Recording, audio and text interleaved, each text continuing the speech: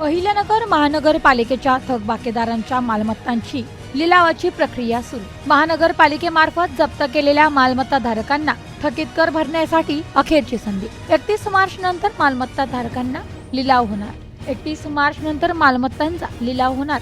महानगरपालिकेकडून प्रक्रिया सुरू। मालमत्ता धारकांना थकीत कर भरण्याचे आयुक्त तथा प्रशासक यशवंत डांगे यांचे आवाहन। मालमत्ता कर विभागाकडून मालमत्ता कर व पाणीपट्टी थकबाकीदारांना बिगर निवासी, व्यावसायिक व इतर अशा 20 मालमत्तांवर कारवाई करण्यात आली आहे।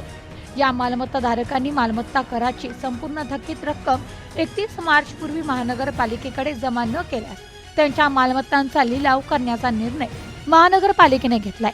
त्याची प्रक्रिया प्रशासकीय पातळीवर सुरू करण्यात आली आहे। ज्यांच्या मालमत्ता जप्त करण्यात आलेल्या आहेत त्यांना थकीत कर भरण्यासाठी 31 मार्च ही शेवटची संधी आहे। त्यानंतर केव्हाही लिलाव होणार आहे, त्यामुळे त्यांनी तत्काळ थकीत भर मालमत्तेचा लिलाव टाळावा असे आवाहन आयुक्त तथा प्रशासक यशवंत डांगे यांनी केले। त्यामुळे 31 मार्च पर्यंत कराचा भरणा करावा, अन्यथा सदर मालमत्तांचा महानगरपालिकेकडून करण्यात येणार आहे।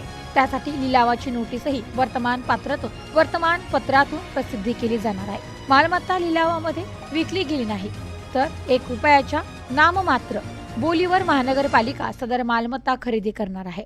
दरम्यान जे मालमत्ता धारक थकीत कराचा पूर्ण भरणा 31 मार्च पर्यंत करतील अशा मालमत्ता लिलाव प्रक्रियेतून वगळल्या जाणार आहेत। ज्यांनी अंशत रक्कम भरली असेल त्यांच्या मालमत्तांचाही लिलाव होणार आहे। त्यामुळे अशा थकबाकीदारांनी लिलाव टाळण्यासाठी संपूर्ण थकीत कराचा भरणा करावा।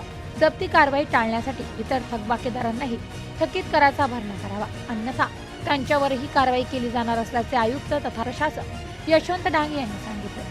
Bureau report, news today 24, Ahilyanagar.